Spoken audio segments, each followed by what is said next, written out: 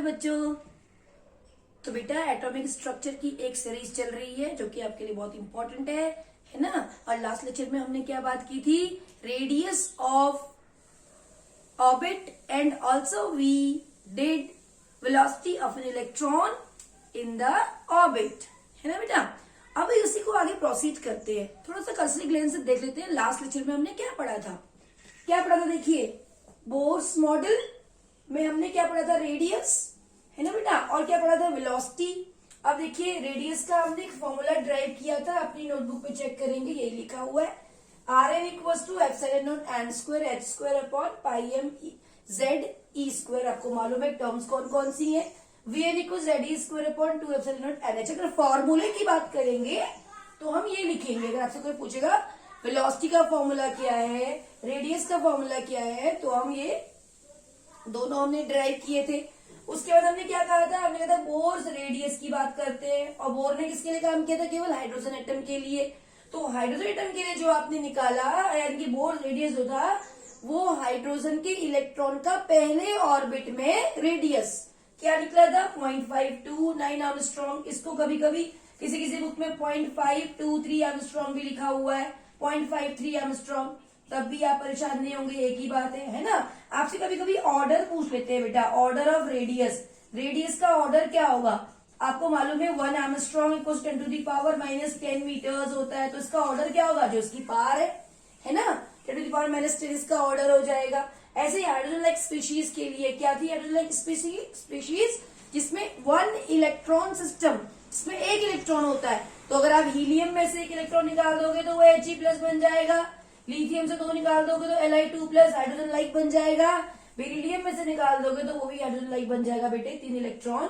तो इसके लिए भी ये एप्लीकेबल हो सकता है, बट वहां पर हमको Z और N को कंसीडर करना पड़ेगा। Z तो पक्का ही लगाना पड़ेगा, तभी वो हीलियम बनेगा, है ना। हाइड्रोजन के तो एटॉमिक नंबर 1 होता है और पहले ऑर्बिट में होता है बोर का रेडियस, तो मुझे यहाँ लगाने की जरूरत नहीं पड़ी। बट यहाँ पर मुझे I have to consider this. N तो आप उसके अकॉर्डिंग लगाएंगे जो पूछा हुआ है, 1 2 3 4 इंटीजर। और Z आप लगाना पड़ेगा एटॉमिक नंबर, तभी वो हीलियम या लिथियम या बेरिलियम का रेडियस बन पाएगा, वो हाँ रेडियस बन पाएगा। ठीक है बेटा। अब देखिए बोर्स, हम दूसरी बात क्या की थी? वेलोसिटी की बात की थी। जनरल फॉर्मूला हमने ये ड्राइव किया था।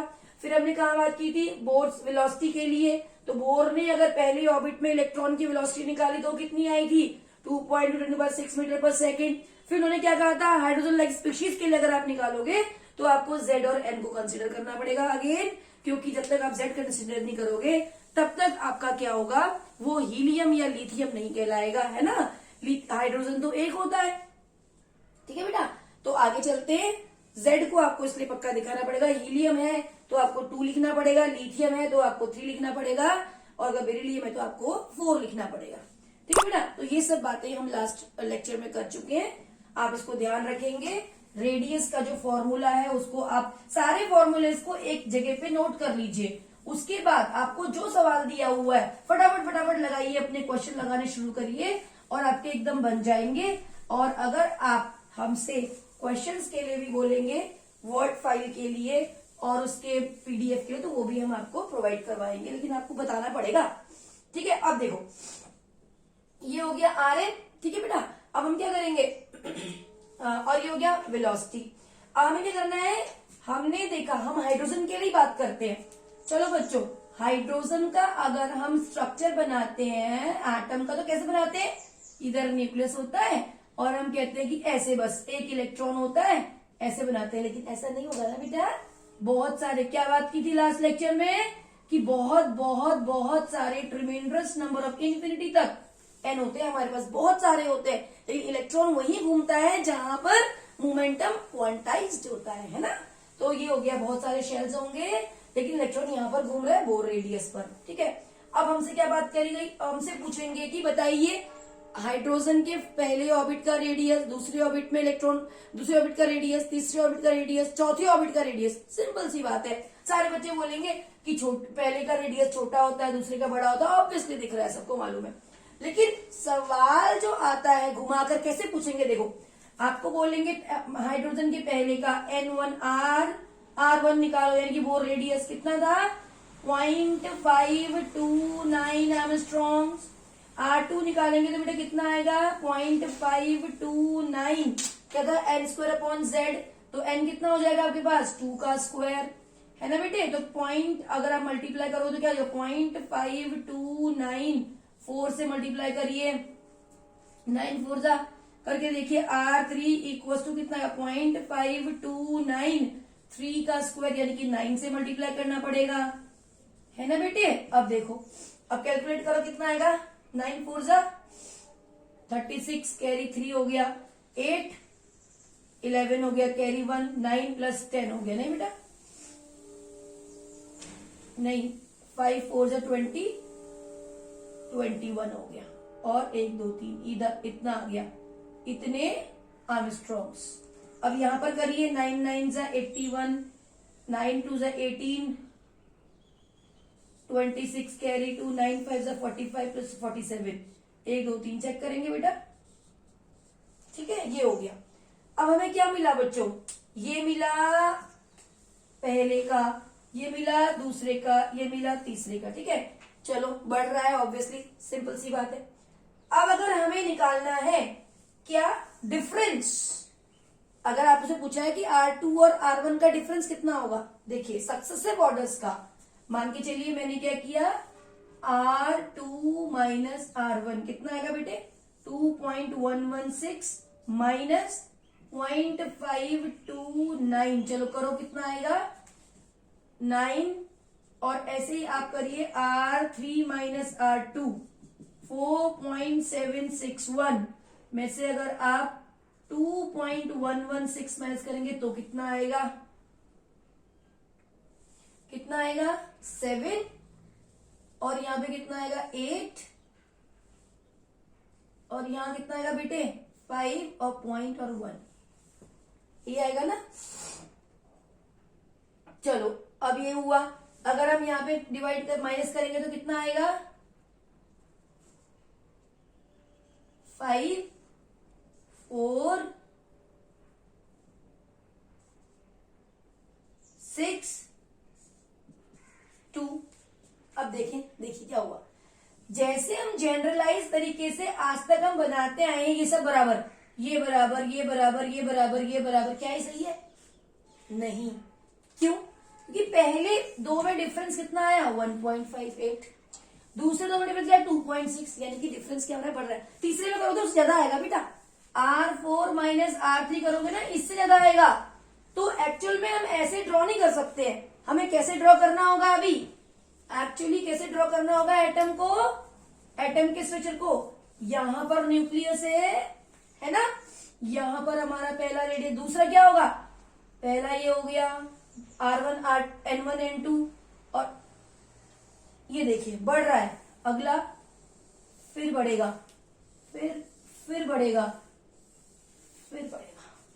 आपको समझ में आया बच्चों, इन दोनों के बीच का डिफरेंस बेटा कम है, इसका डिफरेंस बढ़ा, इसका डिफरेंस बढ़ा, इसका डिफरेंस बढ़ा, इसका डिफरेंस बढ़ा, इसका मतलब क्या हुआ कि the distance between two successive orbits increases when we move from nucleus to away, है ना, न्यूक्लियस से दूर जाने पर, on going away from the nucleus the distance between two successive orbits increases.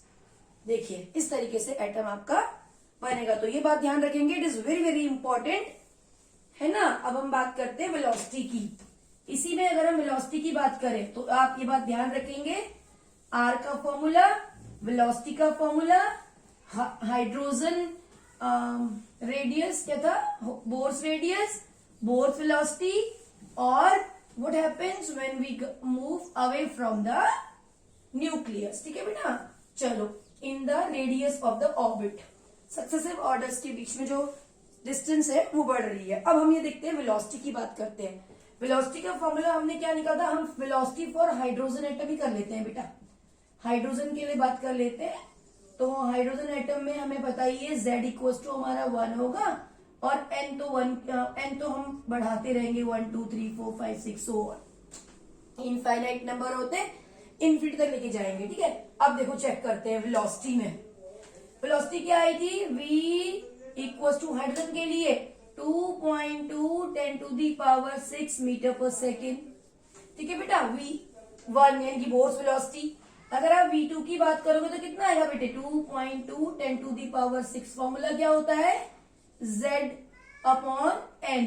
z तो 1 ही हो गया हाइड्रोजन के लिए, तो क्या करेंगे 2.2 10 टू दी पावर 6 अपॉन 2 कर देंगे, तो ये आएगा 1.1 10 टू दी पावर 6 मीटर पर सेकेंड। सिमिलरली v3 अगर करोगे तो कितना आएगा बेटे 2.2 10 टू दी पावर 6 अपॉन 3। देखिए और भी कम आएगा नहीं, 0.73 10 टू दी पावर 6 मीटर पर सेकेंड। अगर अगेन आप v4 निकालोगे और कम आएगा, तो इसका मतलब क्या हो रहा है, इसका मतलब कंक्लूजन क्या निकालेंगे, कंक्लूजन ये निकालेंगे on move going away from the nucleus as n increases velocity of the electron decreases. जैसे जैसे हम न्यूक्लियस से दूर जाते रहते हैं n बढ़ता है तो वेलोसिटी इलेक्ट्रॉन की कम होती है, इनवर्सली प्रोपोर्शनल। इससे पहले रेडियस में क्या किया था बेटे, रेडियस बढ़ रहा था तो n बढ़ रहा था तो रेडियस भी बढ़ रहा था। तो आपसे ये भी पूछ सकते हैं कि फोर्थ में और फर्स्ट में क्या होगा, वेलोसिटी ज्यादा होगी या कम होगी। फोर्थ ऑर्बिट में वेलोसिटी क्या होगी, फोर्थ ऑर्बिट में रेडियस क्या होगा। अगर फोर्थ ऑर्बिट में रेडियस ये है तो फर्स्ट का क्या होगा, अगर फोर्थ ऑर्बिट में वेलोसिटी ये है तो इसमें क्या होगी, कम होगी या ज्यादा होगी। तो किसी भी तरीके से इनडायरेक्टली आपको क्वेश्चन पूछा जा सकता है। ठीक है बेटा, अब हम बात करते हैं, ये तो हमारा सारा कंक्लूजन था जो हमने लास्ट क्लास में पढ़ा था। इसको आप देखेंगे, this is the very important part, और उसको आप अच्छे से करेंगे, बार बार वीडियो को देखकर पढ़ेंगे तो आपको क्रिस्टल क्लियर, बिल्कुल क्लियर हो जाएगा। चीजों को कंसेप्चुअली समझना बहुत जरूरी है बेटा, रटने से कुछ नहीं होता। तो 2010 या 2000 आप देखेंगे प्रीवियस ईयर क्वेश्चन में सीधा क्वेश्चन आया हुआ था, जेई में पूछा हुआ था कि बोर फॉर्मूला बताइए। बोर फॉर्मूला किसके लिए होता है, एनर्जी के लिए, है ना। तो बोर फॉर्मूला क्या था, फॉर्मूला मतलब जो जनरलाइज्ड फॉर्मूला है, उसमें 4 जगह चीजों गलत कर दी थी, कहीं पर n स्क्वायर कर दिया, कहीं पर h कर दिया। जब तक आपको एग्जैक्टली कंसेप्चुअली आपको नहीं मालूम होगा तब तक आप वहां पर उस क्वेश्चन को अटेम्प्ट नहीं कर पाओगे, क्योंकि अब तो बहुत सारे सेट्स बनने लगे हैं, तो कुछ भी पॉसिबिलिटी हो सकती है कि आपसे कुछ भी घुमा फिरा कर क्वेश्चन आपसे पूछ लिया जाए। तो आपको कंसेप्चुअली स्ट्रांग होना बहुत जरूरी है, तो आप पढ़े। ठीक है बेटा, अब हम बात करते हैं इस लेक्चर में मोस्ट प्रोबेबली एनर्जी की बात करते हैं, और एनर्जी भी आपसे बहुत पूछते हैं, तो एनर्जी में कैसे निकालेंगे। और नीट के पेपर में तो एनर्जी सीधा सवाल पूछते हैं। सीधा सवाल अगर आपने देखा होगा तो सीधा सवाल वहां पूछते हैं कि हाइड्रोजन के फर्स्ट ऑर्बिट में एनर्जी अगर इतनी है तो चौथे में बताओ, हाइड्रोजन के फर्स्ट ऑर्बिट में एनर्जी इतनी है तो पांचवें में इतनी डिफरेंस बताओ, इलेक्ट्रॉन को मैंने यहां से यहां भेजा तो कितनी एनर्जी अब्सॉर्ब करके गया या कितनी एनर्जी रिलीज करके गया, रिलीज करी या अब्सॉर्ब करी।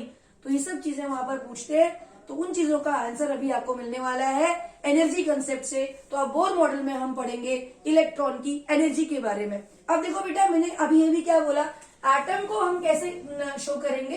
एटम एक्चुअली ये होगा न्यूक्लियस, और इसके बीच में जो सक्सेसिव ऑर्डर के बीच में डिस्टेंस है वो बढ़ता चला जा रहा है।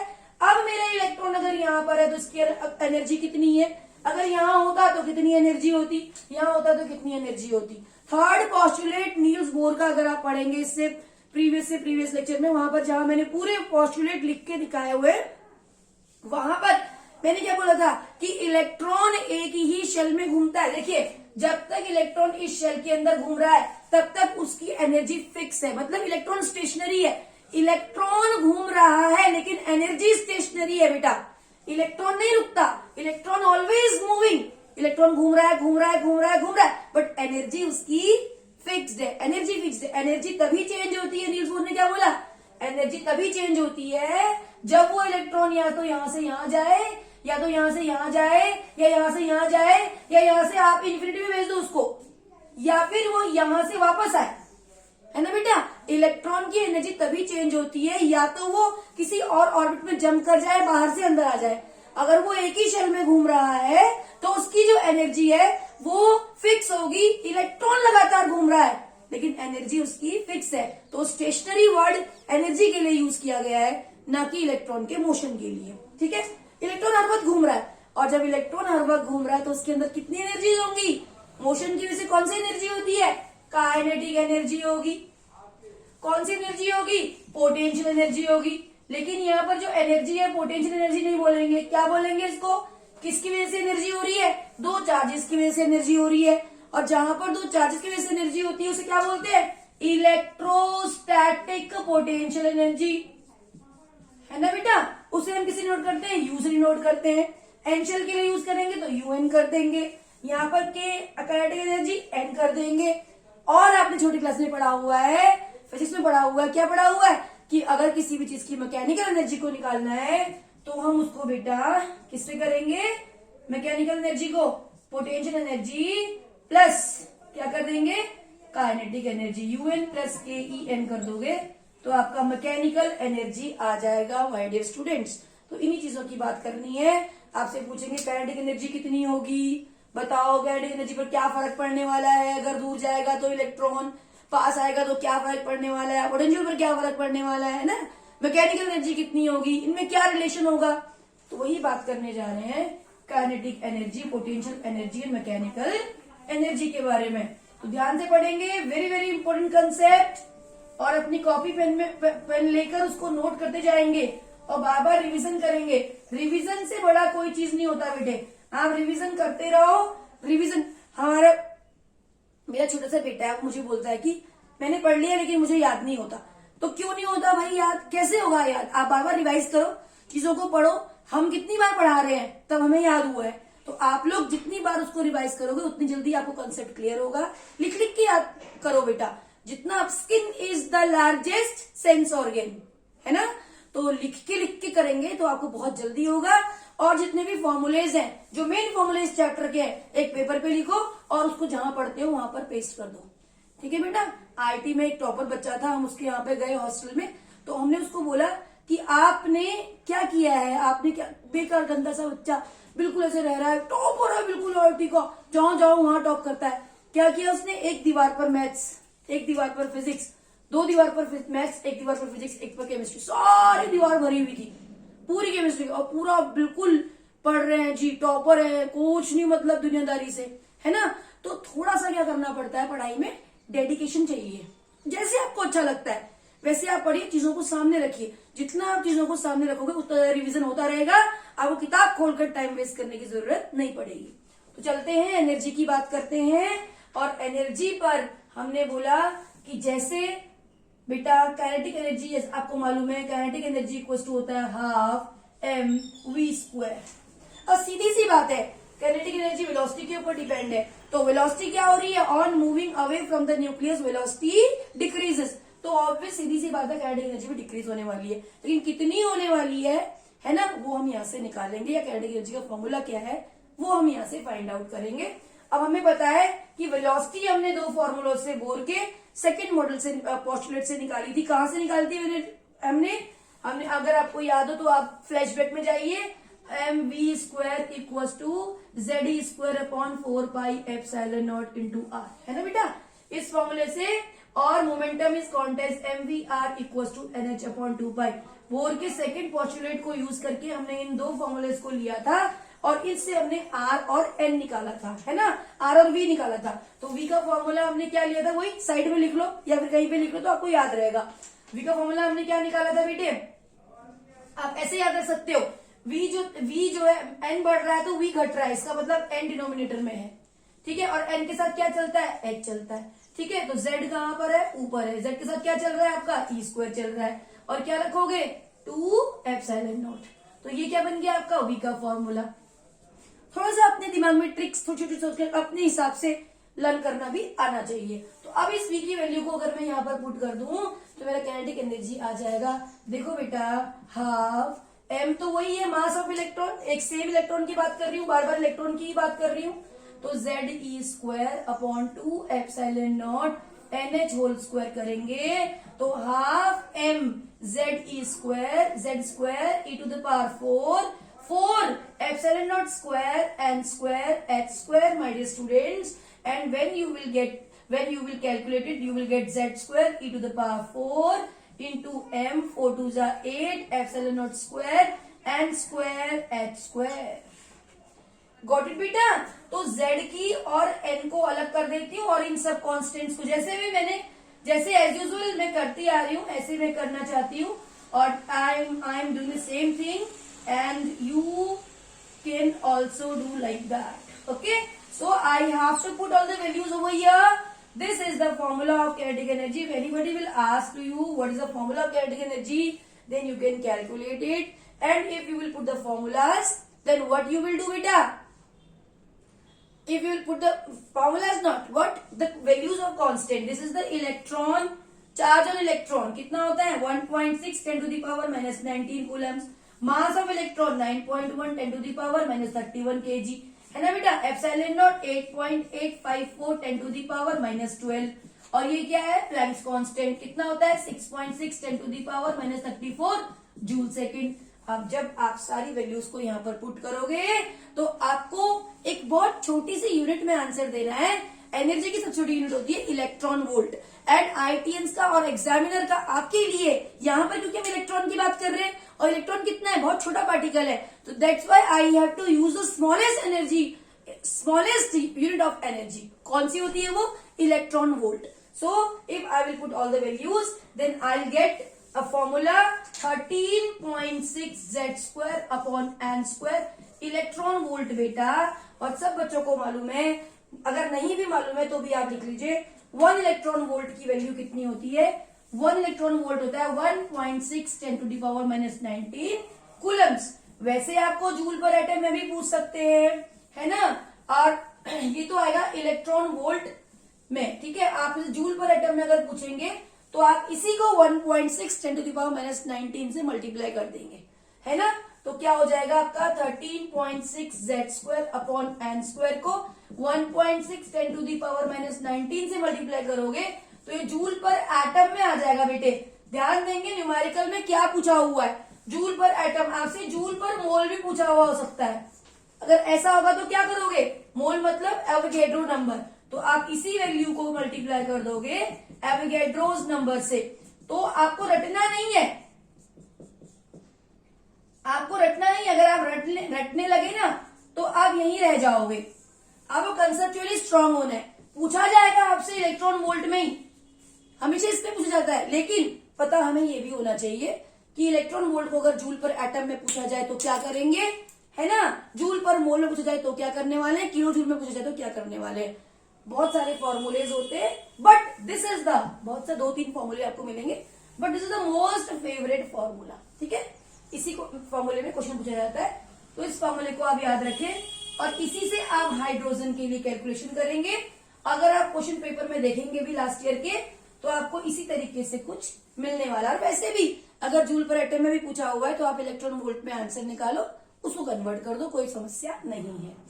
ठीक है बेटा, तो ये हुआ काइनेटिक एनर्जी की बात. लेकिन अभी काइनेटिक एनर्जी का फॉर्मूला हमारे पास क्या निकला, काइनेटिक एनर्जी का फॉर्मूला आया 13.6 z square upon n square electron volt, my dear students. Now I have to calculate kinetic energy n. I have to calculate kinetic energy for first orbit, kinetic energy for second orbit, kinetic energy for third orbit. किसी के लिए भी कर सकते हो. अगर hydrogen के लिए पूछा हुआ है same thing, z you will put 1 and n you will put 1 and according to the question अगर आपसे पूछा है फोर्थ में तो n की वैल्यू 4 रखेंगे और आप चेक करेंगे, करके देखिएगा बेटा. अगर आप चेक करेंगे तो क्या आएगा 13.6 हाइड्रोजन के फर्स्ट के लिए z ये 1 हो गया, ये भी 1 हो गया, इलेक्ट्रॉन वोल्ट हो गया. सेकंड के लिए करेंगे 13.6 इंटू 2 स्क्वायर, 2 नहीं बेटा, ये तो एटॉमिक नंबर है ना, 1 अपॉन क्या हो रहा है 2 का स्क्वायर. तो देखिए ऑब्वियसली ये कम वैल्यू आने वाली है. आपने इसको 4 से डिवाइड किया तो क्या हो रहा है, आपका n बढ़ रहा है तो काइनेटिक एनर्जी डिक्रीज हो रही है. On moving away from the nucleus as number of n orbital increases kinetic energy decreases. ठीक है बेटा. और वैसे भी आप सिंपली बोल सकते हैं कि अगर वेलोसिटी के ऊपर डिपेंड होती है काइनेटिक एनर्जी और वेलोसिटी घट रही है तो काइनेटिक एनर्जी भी घटेगी, तो डिक्रीज हो रही है. तो ये तो हो गई काइनेटिक एनर्जी की बात. अब हम क्या करेंगे, अब हम करते हैं पोटेंशियल एनर्जी. कौन सी potential energy, electrostatic potential energy. देखिए क्योंकि जब भी दो चार्जेस की बात हो रही है तो हम पोटेंशियल एनर्जी सिंपली नहीं, इलेक्ट्रोस्टैटिक पोटेंशियल एनर्जी उसको बोलेंगे. ठीक है बेटा. अब देखो पोटेंशियल एनर्जी को हमने यू से डिनोट किया था, वो किसके इक्विवेलेंट होती है 1/4 पाई epsilon not z square q1 q2 upon r के होगी बेटा. ये आपको मालूम है, r स्क्वायर करूंगी तो फोर्स बन जाएगा, r करूंगी तो एनर्जी बन जाएगा, इलेक्ट्रोस्टैटिक पोटेंशियल एनर्जी. ठीक. अब मुझे क्या करना है, अब यहां यहाँ पर बहुत इंपॉर्टेंट है, बच्चों को वहां बुक्स में फॉर्मूले दिखाई देते हैं नेगेटिव में, कहीं पॉजिटिव में। बच्चे बोलते हैं मैडम यहाँ पे नेगेटिव क्यों है, यहाँ पे पॉजिटिव क्यों है। छोटा सा कंसेप्ट है बेटे, जो फोर्स है, जब हमने फोर्स का फॉर्मूला निकाला था mv² upon r equal to 1/4πε0 ze² upon r², ये था ना बेटा। यहां से इसको कैंसिल किया था तो क्या बना था हमारा फॉर्मूला, और फोर्स को हमने यहाँ पर ze² लिया था। यहाँ पर मुझे जब मैं न्यूक्लियस का चार्ज Ze लूंगी, इलेक्ट्रॉन का मुझे माइनस में लेना होगा, क्योंकि इलेक्ट्रॉन पर नेगेटिव चार्ज होता है। क्यों? Force is a vector quantity. Force में प्लस और माइनस का कोई मतलब नहीं है, it is a scalar quantity. और स्केलर क्वांटिटी में क्या होता है बेटे, हमें प्लस और माइनस का प्रोडक्ट चेक करना होता है, देखना होता है, फर्क पड़ता है, पता है ना आपको। That's why I will take it negative over here. ठीक है, तो इसको नेगेटिव लेके कैलकुलेशन करते हैं। कैसे करेंगे देखिए,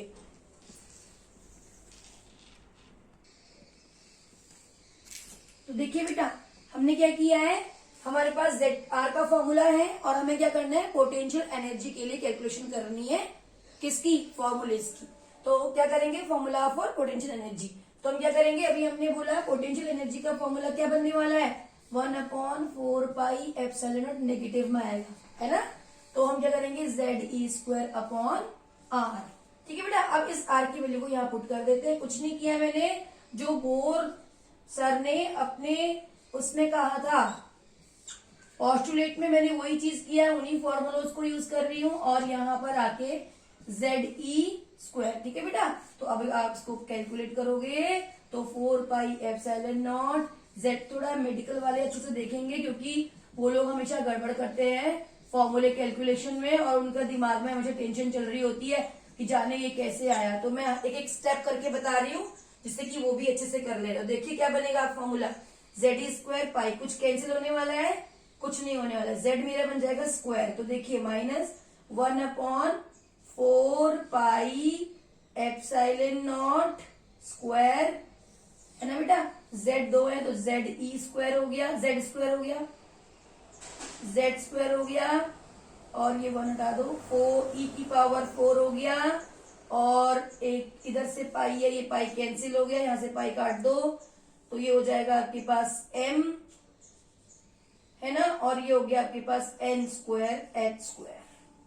ये आ गया पोटेंशियल एनर्जी का formula.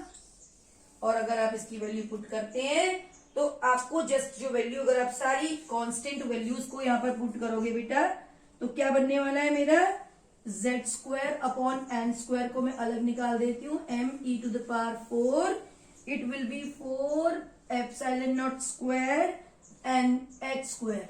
So when I will put all these values, then we will be getting 27 point something।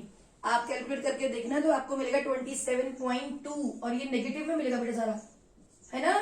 z² upon n², electron volt is the favourite formula. You will do, joule पर atom में पूछा हुआ है तो 1.6 10⁻⁻19 से multiply कर देंगे, और अगर जूल पर मोल में पूछा हुआ है तो एवोगैड्रो नंबर से और मल्टीप्लाई करेंगे। But this is the most favourite formula, है ना। तो आपका यहाँ पर आ जाएगा। तो आपका काइनेटिक एनर्जी का फॉर्मूला क्या आया था, आप उसको देखेंगे। काइनेटिक एनर्जी का फॉर्मूला क्या आया था बेटे, 13.6 z² upon n² electron volt. अब देखो पोटेंशियल कितना आया, इतना। अगर आप इसको 2 से मल्टीप्लाई करोगे, यहां से 2 कॉमन ले लोगे तो ट्वाइस मिलेगी आपको, यानी कि जो पोटेंशियल एनर्जी है वो क्या है, काइनेटिक एनर्जी की डबल है। नहीं, काइनेटिक एनर्जी की डबल है, -2 ऑफ काइनेटिक एनर्जी। क्यों बेटा, दिस इज द रिलेशन। और अगर आपको कोई पूछता है कि इलेक्ट्रॉन की 4th लेवल में काइनेटिक एनर्जी कितनी थी, बताओ वहां पोटेंशियल एनर्जी कितनी होगी, निकाल लेंगे। So you have to keep this formula in your mind. Kinetic energy अगर पूछेंगे तो आप बता दोगे काइनेटिक एनर्जी इक्वल टू क्या होता है, -12 ऑफ UN/2, इसके नेगेटिव का आधा, है ना बेटा। तो ये हो गया आपका पोटेंशियल एनर्जी, काइनेटिक एनर्जी के बारे में बात। और आप इन दोनों एनर्जीज को जोड़ दोगे तो क्या बन जाएगी आपकी मैकेनिकल एनर्जी। चलिए बच्चों, इन दोनों को जोड़ते हैं, मैकेनिकल एनर्जी निकालते हैं। सिंपली मैकेनिकल एनर्जी निकालोगे तो आपको इलेक्ट्रॉन की एनर्जी के बारे में ज्ञान हो जाएगा। ठीक है बेटा, तो खुद भी करके देखेंगे, बड़ा मजेदार है। ऐसा कुछ नहीं है कि आपको लगे कि नहीं कुछ मुश्किल चीज हो रही है, कुछ नहीं है, बस एक कॉपी और पेन लेकर बैठने की देर है। जैसे ही आप कॉपी और पेन लेके बैठोगे तो आपको स्टार्ट और एंड का पता भी नहीं चलेगा और आप कहोगे अरे वाह मेरा तो बहुत काम आसान हो गया, है ना। तो चलिए अब हम क्या करते हैं, मैकेनिकल एनर्जी निकालेंगे। उसके लिए हम क्या करेंगे, kinetic energy plus potential energy का सम कर देंगे। काइनेटिक एनर्जी हमारी कितनी आई थी, 13.6 Z²/n² इलेक्ट्रॉन वोल्ट पे ही बात करेंगे। इसकी कितनी आई थी माइनस में, तो क्या करेंगे -27.2 Z²/n² इलेक्ट्रॉन वोल्ट करेंगे। Z²/n² कॉमन ले लेंगे बेटा, और जब यहां से हम कैलकुलेट करेंगे तो क्या आएगा, इसमें से माइनस करेंगे तो -13.6 Z²/n² आएगा। My dear students, electron volt में यही होती है एनर्जी, यही होती है एनर्जी किसकी, इलेक्ट्रॉन की।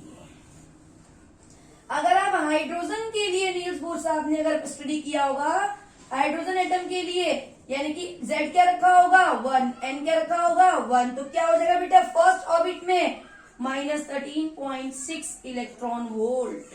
यानी कि आपसे कोई पूछता है बोर्स एनर्जी या बोर की या फिर हाइड्रोजन के फर्स्ट ऑर्बिट में एनर्जी, नीट में कई बार पूछा हुआ है 13.6 इलेक्ट्रॉन वोल्ट।